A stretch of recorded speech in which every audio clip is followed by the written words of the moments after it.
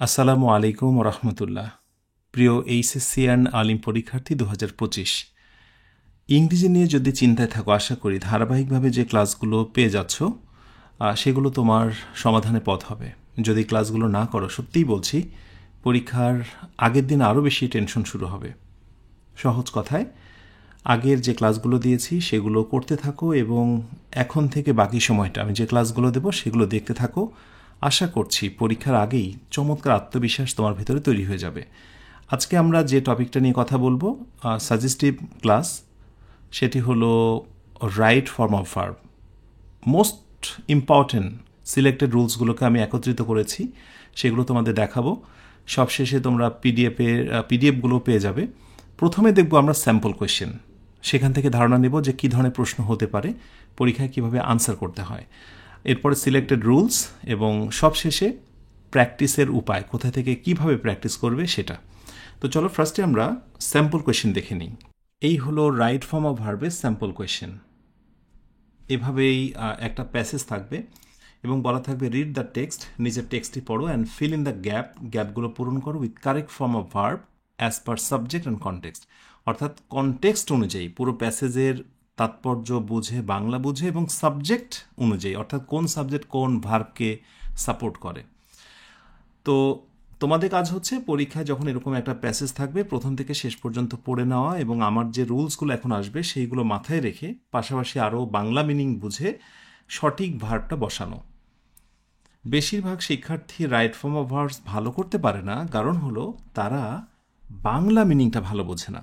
So Bangla মিনিংটা একটু বোঝার চেষ্টা করবে। প্রথম থেকে শেষ পর্যন্ত রাইট আনসারটা লিখবে কিভাবে পরীক্ষার খাতায়, আমি সেটা বলছি। লিখবে আনসার টু দ্য কোয়েশ্চেন নং 4, মানে 4 নম্বর প্রশ্নের আনসার, অথবা 4 নাম্বার, তারপর এ থেকে এন পর্যন্ত, এ বি সি ডি ডি সুন্দরভাবে লিখবে। আচ্ছা, আরেকটি বিষয় বলি, এ, তারপরে বি, তারপরে সি। হ্যাঁ, তোমরা সবগুলো না এইভাবে এক লাইনে লিখবে। আমি এটা বলি এ বি সি। অনেকে কি করে, এর পাশে এখানে বি লেখে, দিয়ে সঠিক উত্তর। হ্যাঁ, মানে এক লাইনে, কিন্তু এটা করতে যাবে না।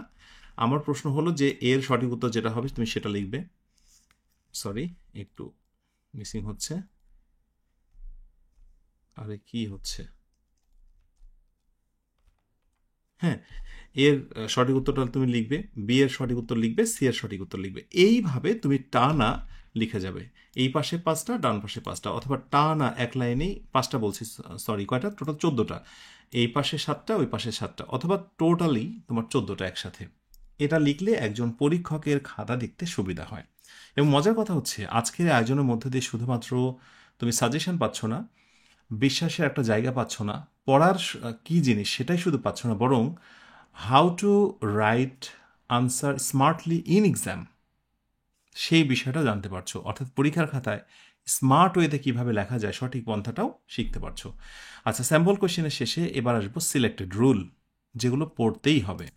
আর আমি রাইট ফর্ম অফ ভার্বসের সিলেক্টেড রুলসের সংখ্যা খুব বেশি দিইনি, এই হাতে গোনা কয়টা, 6-7টার মতো হবে হয়তোবা।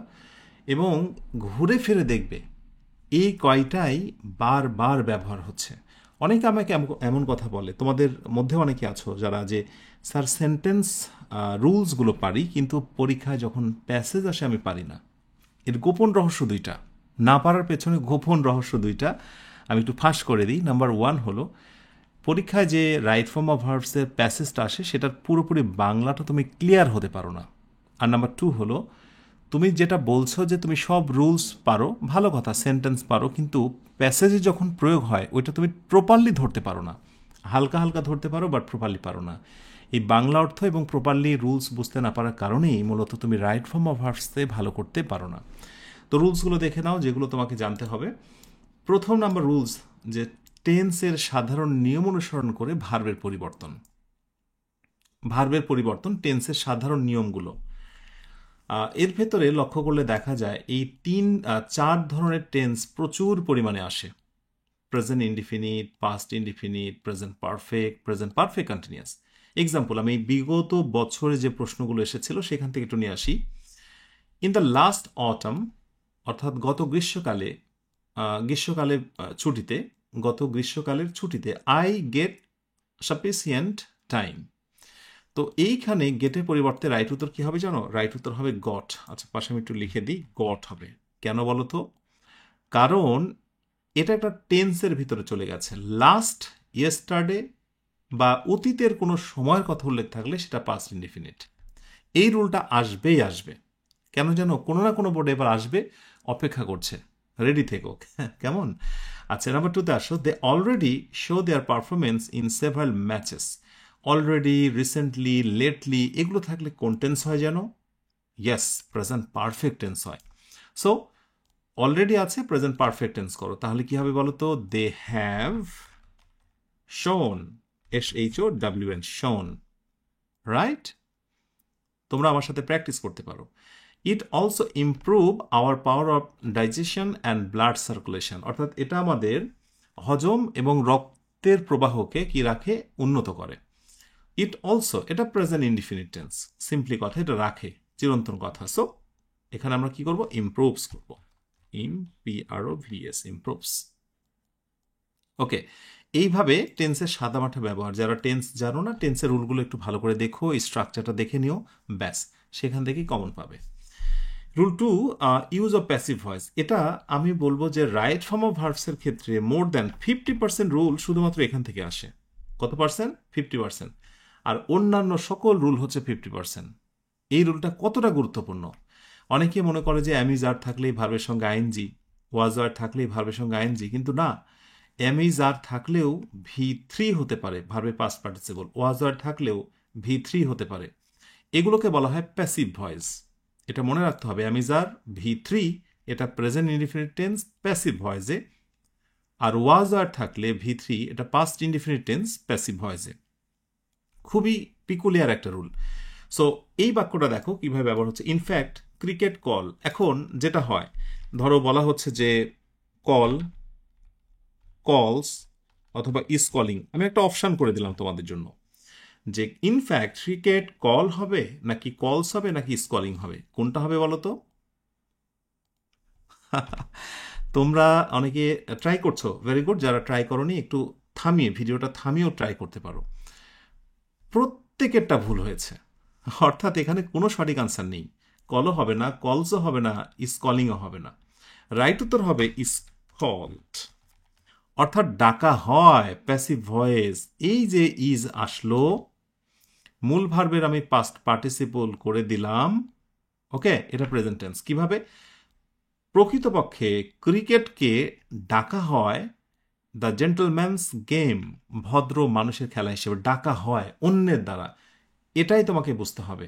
আমি কি এমন বলছি যে আই এম কলিং বা হি কল বা হি কলস, সে ডাকে না। এখানে বিষয়বস্তু সাবজেক্ট, কোনো মানুষ নয়। কিন্তু যদি ইনফ্যাক্ট আই দিতাম, তাহলে আই কল হতে পারে, আই অ্যাম কলিং হতে পারে, রাইট? আই কল হতে পারে, আই অ্যাম কল হতে পারে, ইত্যাদি অনেক কিছু। আই কল হতে পারে, যদিও শেষ অংশটা এর সঙ্গে মানাবে না। কিন্তু আমার মূল বিষয় যেটা, সাবজেক্ট অবস্থানে যদি মানে নাউন প্রোনাউন, এটার পরিবর্তে যদি বিষয়বস্তুবাচক কিছু চলে আসে, ব্যক্তিবাচকের পরিবর্তে বিষয়বস্তুবাচক, তাহলে সাধারণত সেটা প্যাসিভ ভয়েস হয়।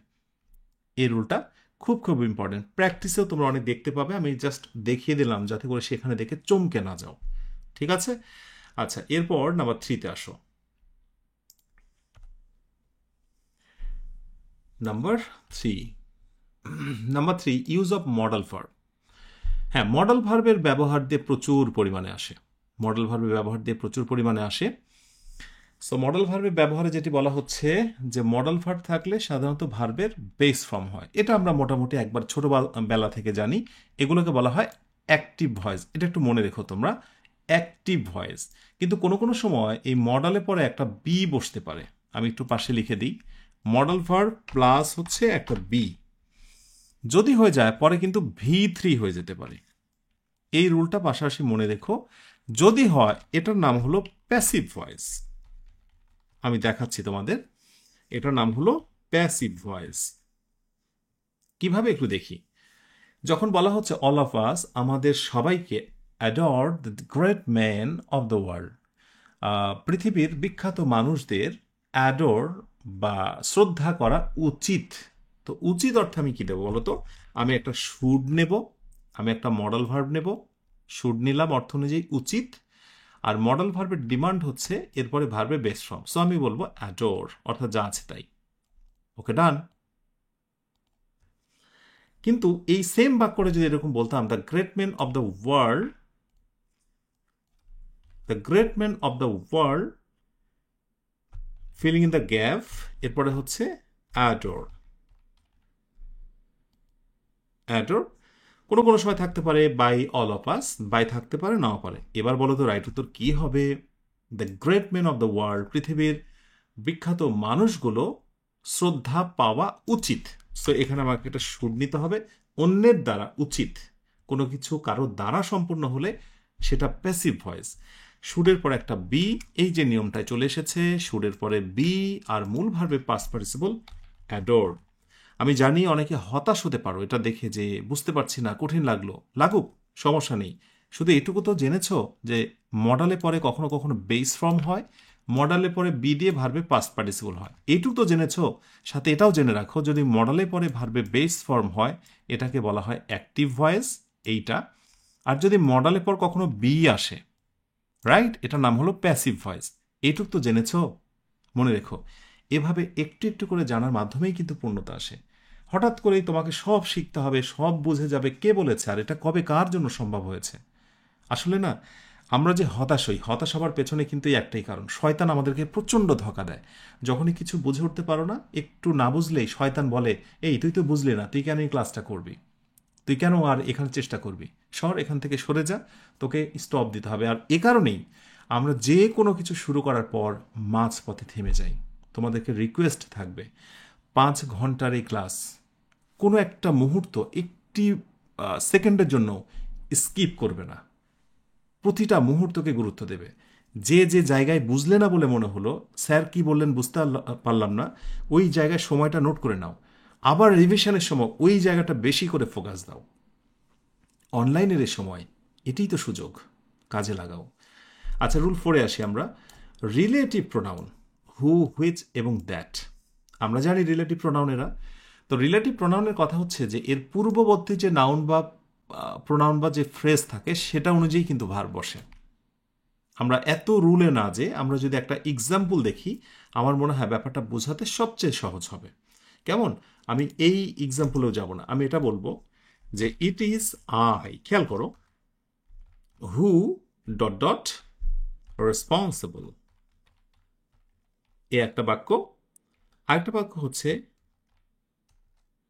বাক্য হচ্ছে যে ইট ইজ হি,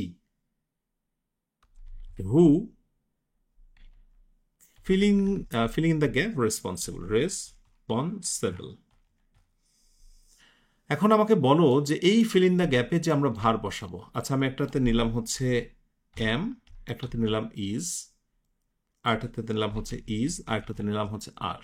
ধরো এরকম কিছু একটা, কোন আনসার রাইট হবে একটু বলো তো আমায়।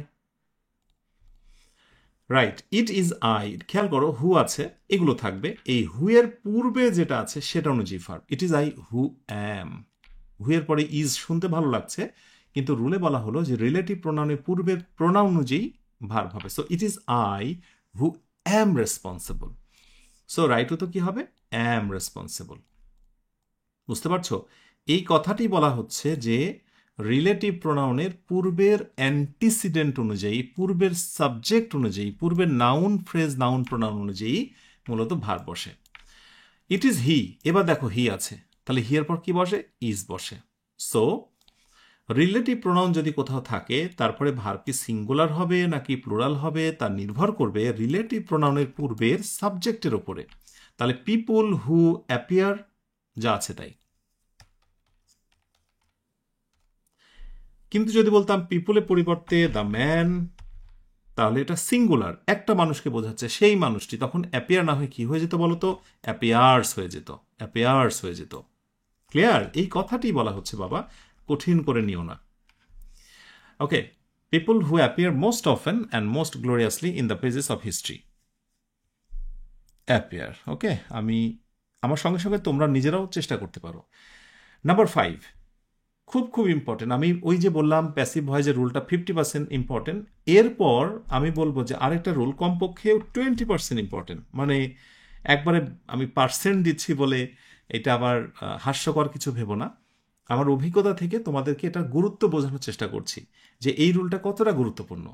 20% ইম্পর্টেন্ট হবে 100%-এর ভেতরে, মানে এটা আসেই এবং এটা আসলে অনেক বেশি আসে, এরকম কিছু একটা।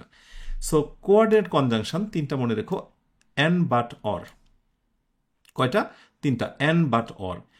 এরা যদি কোথাও থাকে তো বলে যে আমাদের আগে এবং পরে সমজাতীয় টেন্স হতে হবে।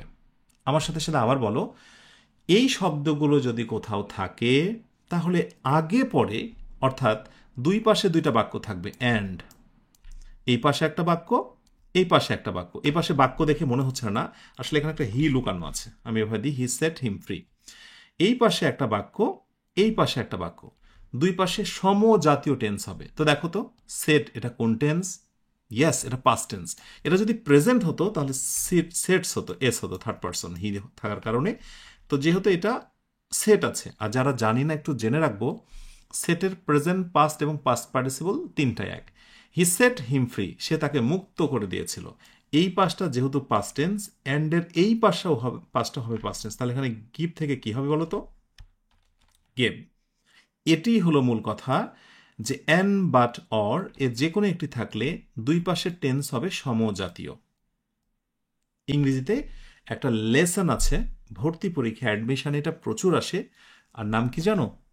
প্যারালালিজম, মানে সমান্তরাল। হ্যাঁ, দুই পাশে ব্যালেন্স করা হয়। ওকে, আশা করি বুঝতে পেরেছ।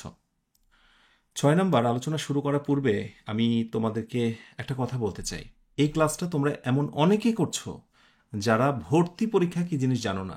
ঢাবি, রাবি, জাবি, চবি, আমি কি বললাম এই শব্দগুলো কি আজ হয়তো বা প্রথম শুনলে। আমি তোমাদের দাওয়াত দিয়ে রাখি, যারা এইচএসসি বালিম পরীক্ষার পর ভর্তি পরীক্ষা সংক্রান্ত পূর্ণাঙ্গ সাপোর্ট পেতে চাও, আমার সঙ্গে কানেক্ট থাকো। তুমি যেখানেই থাকো, প্রত্যন্ত গ্রামাঞ্চলে, অর্থনৈতিক সমস্যার মাঝে, অথবা বাসাতে কোনো অভিভাবক নেই, ইনশাআল্লাহ ইংলিশ মজা প্ল্যাটফর্ম তোমাকে অভিভাবকের পরশ দেবে ইনশাআল্লাহ। লেগে থাকো, এই দাওয়াতটুকুই দিয়ে রাখলাম। ঠিক আছে? আচ্ছা, শুরু করছি আমরা রুল 6। প্রেপোজিশনের অনেকগুলো রুল থাকতে পারে, বাট মোস্ট ইম্পর্টেন্ট রুল হচ্ছে এই তিনটা। ভার্বের সঙ্গে প্রেপোজিশনের যে সম্পর্ক সেটা মূলত এই তিন ধরনের। প্রথমটা কি? টু একটা প্রেপোজিশন, টু এর পরে ভার্বের বেস ফর্ম হয়। বাট বলে রাখি, টু এর পর যখন ভার্বের বেস ফর্ম হয়, এটা মূলত তখন টু আর প্রেপোজিশন থাকেই না, ওইটা একটা অন্য জিনিসে তৈরি হয়। ওটার নাম হচ্ছে ইনফিনিটিভ বা ইনফিনিটিভ ফ্রেজ। এটার নাম হচ্ছে ইনফিনিটিভ। এটা তোমরা জানো, অলরেডি জানো না তা না। Infinitive, right. আর নাম্বার 2, টু যুক্ত ফ্রেজও থাকতে পারে, যেমন উইথ আ ভিউ টু, দেখো টু আছে, look forward to, addicted to, devoted to, প্রতিটার সঙ্গে টু। এইরকম যদি কোনো ফ্রেজের সাথে টু লাগানো থাকে রে বাবা, তাহলে টু এর পরে ভার্বের সঙ্গে হবে আইএনজি। একটু মনে রেখো, এই আইএনজি যখন হয় এটার নাম হচ্ছে জেরান্ড। এখন জানতে হবে না, ভর্তি পরীক্ষা এটা আসবে, আসেই। আর টু ছাড়া যত প্রেপোজিশন আছে, ছোটবেলা থেকে যত প্রেপোজিশনের নাম শুনেছ, in, on, before, after, for, etcetera, এইগুলোর পর কি বসে বলো তো? ভার্বের সঙ্গে আইএনজি হয়। এটার নাম হচ্ছে জেরান্ড। এটার নাম কি? জেরান্ড। ওকে, অনেক তথ্য দিয়েছি, এবার একটু এক্সাম্পল দেখি। ওকে, সো এক্সাম্পল এটা, the drivers are in the habit of কি প্রেপোজিশন না? আচ্ছা, প্রেপোজিশনের পর ভার্বের সঙ্গে কি হয়? আইএনজি হয়। তাহলে ভায়োলেট কি হবে? ভায়োলেটিং। আরে বাবা, তুমি যদি কিছু ইংরেজি নাও বোঝো, বলো তো এই রুলটা কি বোঝা খুব বেশি কঠিন? ইংরেজি কি তোমার কাছে খুব বেশি কঠিন মনে হলো? ভায়োলেটিং, এটা থাকলে ওটা, এটাই হচ্ছে ইংরেজি নিয়ম। আগে জানতে না, এখন জানলে জাস্ট মেনে নাও। তাহলে প্রেপোজিশনের পর ভার্বের সঙ্গে কি হবে? আইএনজি হবে। ঠিক আছে? আবার হি টিচেস হিজ স্টুডেন্টস, সে তার শিক্ষার্থীদেরকে শিক্ষা দেয়, উইথ আ ভিউ টু, একটা উদ্দেশ্য নিয়ে। উইথ আ ভিউ টু থাকলে কি যেন হয়? ইয়েস, ভার্বের সঙ্গে আইএনজি হয়। সো গিভ থেকে কি হবে বলো তো? ইয়েস, গিভিং হবে। তুমি যে একটু একটু করে পারছো, এর মানে কি জানো? আমার সঙ্গে সঙ্গে একটু তাল মেলাচ্ছ, আগে তো কথাই বলতে না। আর এই যে কত মন খারাপ, কষ্ট নিয়েছিলে যে এইচএসসি আলিম পরীক্ষা আসন্ন, ইংরেজির যে কি হবে, কে আমার দিকে হাত বাড়াবে। আচ্ছা, মন থেকে বলো তো, ইংলিশ মজার এই আয়োজন দ্বারা তুমি কি তুষ্ট হওনি? তুমি কি শুকরিয়া আদায় করবে না আল্লাহর কাছে? ওকে, অবশ্যই কৃতজ্ঞ হতে হবে। আচ্ছা, তো যেটি বলছিলাম, উইথ আ ভিউ টু এরপর ভার্বের সঙ্গে কি হবে বলো তো? আইএনজি হবে। That's enough. এখান থেকে ছোট্ট একটা প্রশ্ন আমি তোমাদের করে যাই। ভর্তি পরীক্ষায় কিন্তু এই প্রশ্নটা আসবেই আসবে, তবে একটু অন্যভাবে। যেমন ধরো, এই প্রশ্নটাই অ্যাডমিশনে আসবে। অ্যাডমিশনে আসবে কিভাবে বলো তো? জাস্ট সব কিছু ফেলে দিয়ে এখানে ভায়োলেটিংয়ে ওরা সঠিকটাই করে দেবে। হ্যাঁ, ভায়োলেটিং সঠিকটাই করে দেবে, ভায়োলেটিংয়ের নিচে আন্ডারলাইন করবে। বাবা, আন্ডারলাইন করে বলবে যে এটার নাম কি। অনেকগুলো অপশন, তার ভিতর দুটো জিনিসের সঙ্গে পরিচিত হয়ে থাকো তো তোমরা। একটা হচ্ছে জেরান্ড, একটা হচ্ছে পার্টিসিপল। সাথে এটাও জানাও তো, জীবন এই প্রথম এই দুইটার নাম শুনলে কারা কারা? কমেন্টে নজর রাখবে। তুমি যখনই ভিডিওটা দেখো, আমি কোনো না কোনো সময় কি কমেন্ট করছো আমি কিন্তু সেটা নজর রাখবো। The drivers are in the habit of violating traffic rules. এই ভায়োলেটিং এর নাম কি জেরান্ড নাকি পার্টিসিপল? এই হচ্ছে প্রশ্ন। আমরা জেনেছি যে প্রেপোজিশনের পর ভার্বের সঙ্গে যখন আইএনজি থাকে তখন সেটা কি হয়ে যায়? জেরান্ড হয়ে যায়। শিখেছি তো, বিস্তারিত বুঝবে অ্যাডমিশনের সময়। এখন নাই বুঝি, তোমরা এখন শেখাতে গেলে মন খারাপ করবে, বলবে স্যার এমনিতেই এইচএসসি আলিম পরীক্ষার অবস্থা খারাপ, আগে তো পার করে দেন, পরে দেখা যাবে। তো এইচএসসি আলিম পরীক্ষাটা তোমাদের পার করি, ইংরেজিতে একটা রেজাল্ট হোক, পরে দেখা যাবে। So this is called gerund. সাথে ছোট্ট করে একটা তথ্য রেখে দাও যে জেরান মূলত এটা নাউনের আপন খালাতো ভাই। আপন খালাতো ভাই মানে হচ্ছে একই রকম, সিমিলার। ওকে, সো জেরান মূলত কাজ করে কার মতো? নাউনের মতো। আর এটা পার্টিসিপল নয়, একসময় বোঝাবো সেটা। আচ্ছা, রুল 7-এ আসো। রুল 7, সাবজেক্টের অবস্থানে ভার বসলে, সাবজেক্টের অবস্থানে ভার বসেছে, ভার্বটি জেরান্ড বা ইনফিনিটিভ করতে হয়। জেরান্ড মানে কি বলতো? আইএনজি যুক্ত কিছু একটা। সো এইটুকু তো শিখেছি। সো আমরা টিচিং করব, অর্থাৎ সেন্টেন্সের শুরুতে যদি ভার্ব হয় আমরা আইএনজি করে দেব অথবা ইনফিনিটিভ করব। ইনফিনিটিভ দেখতে কেমন বলো তো? ইয়েস, টু একটা দিয়ে দেবো আমরা, টু টিচ। তাহলে দেখেছ? So teach is a noble profession, এখানে হয়ে গেল টিচিং অথবা টু টিচ। আশা করি বুঝেছ। এবং খুবই ফানি রুল, সেন্টেন্সের শুরুতে ভার্ব থাকলেই তাকে আমরা ফাঁকা রাখবো না, তার সঙ্গে হয় আইএনজি দেব, নতুবা তার আগে একটা টু দিয়ে দেব। That's enough. And last rule, selected rule, last rule হচ্ছে রুল 8। কিছু ভার্ব মুখস্থ রেখো, তার ভিতরে আমি বিশেষ করে 3টা দিয়েছি। এরপরে আরও আছে, যেমন ধরো এনজয়, এই ভার্বটাও কোনো কোনো সময় দেখা যায়। Stop, avoid, enjoy. এই ভার্বগুলোর কথা হলো যে আমরা যদি কোথাও থাকি, এর পরবর্তী ভার্বের সঙ্গে হয়ে যাবে ING. The king started, start আছে, আরে বাবা আমি তো এই ভার্বটাই দিইনি, এনজয়, স্টার্ট, স্টার্ট এই ভার্বটা আছে, সো পরবর্তী ভার্বের সঙ্গে হয়ে যাবে ING. So the king started following the prescription. রাজা প্রেসক্রিপশনটা অনুসরণ করা শুরু করেছিল। Following, following. ঠিক আছে, ওকে, ডান। কোনো কোনো সময় একটা প্রশ্ন করা হয়, যে প্রশ্নটা আজকে রেখেই এই রুলসটা আমরা শেষ করব। ভর্তি পরীক্ষার জন্য খুবই গুরুত্বপূর্ণ একটা প্রশ্ন এটা। সেটা হচ্ছে অ্যাডমিশন টেস্ট। মন খারাপ করো না, মাঝে মাঝে অ্যাডমিশন টেস্ট শিরোনামে আমি কিছু একটা দিচ্ছি, যাতে করে অ্যাডমিশন নামের যে একটা পরীক্ষা ভবিষ্যতে আছে, ভয় না পেয়ে এখন থেকে অ্যাটলিস্ট অভ্যস্ত হয়ে থাকো। সো ফলোইং প্রশ্ন করা হবে, ফলোইংটার নাম কি? ওই সেম একটাই কথা, যে এটা কি জেরান্ড নাকি এটা পার্টিসিপল নাকি এটা হচ্ছে নাউন নাকি অন্য কিছু। এই যদি প্রশ্ন করি তাহলে বলো তো রাইট উত্তর কি? জেনে রাখো, এই শব্দগুলো পর ভার্বের সঙ্গে যখন আইএনজি হয় তখন মূলত সেটা জেরান্ড হয়ে যায়। আইএনজি আমি এখানে লিখে দিলাম জেরান্ড, যাতে পরে ধরতে পারো। সো এটাও জেরান্ড হয়ে যায়। সো এই শব্দগুলো পর যেহেতু ভার্বের সঙ্গে আইএনজি হয়েছে, দ্যাট মিনস জেরান্ড। এবার একটু কষ্ট করে মনে করে দেখো তো, জেরান্ডের অপর নাম কি বলেছিলাম? ইয়েস, একটু আগে বলেছিলাম জেরান্ডের আপন খালাতো ভাই হলো নাউন। সো এখানে রাইট উত্তর কয়টা বলো তো? 2টা। এভাবে শিখতে হয়, একটু ফান করে মজা করে একটু একটু করে তথ্য নিতে হয়, রাইট? যেটাই জেরান সেটাই হচ্ছে নাউন। যেই লাউ সেই কদু, জেরানকে আমরা নাউন নামেও ডাকতে পারি। এনিওয়ে, এইভাবে আমরা শিখবো ইনশাল্লাহ ইন ফিউচারে অ্যাডমিশন টেস্টে। এবারে আমরা রুলস শেষ করলাম, এবার দেখব বিগত বছরের প্রশ্নটা কিভাবে পড়তে হবে, কোথা থেকে পড়তে হবে, তার পদ্ধতি। দেখো, আমি তোমাদের যে কয়টা রুল পড়ালাম, এই রুলের বাইরেও আরও কিছু রুল চলে আসতে পারে, সেগুলো তোমার প্র্যাকটিসের মধ্যে দিয়ে দেখবে পূর্ণতা পাবে। তাই তোমাদের রিকোয়েস্ট থাকবে যেটি বলার, যে আমার দেওয়া সিলেক্টেড 8টা রুল পড়ার পর তোমরা বিগত বছরের প্রশ্নগুলো সলভ করতে যাবে, সেখান থেকে মোস্ট ইম্পর্টেন্ট যে রুলগুলো আসবে সেগুলো আবার দাগিয়ে নিয়ে পড়ার চেষ্টা করবে।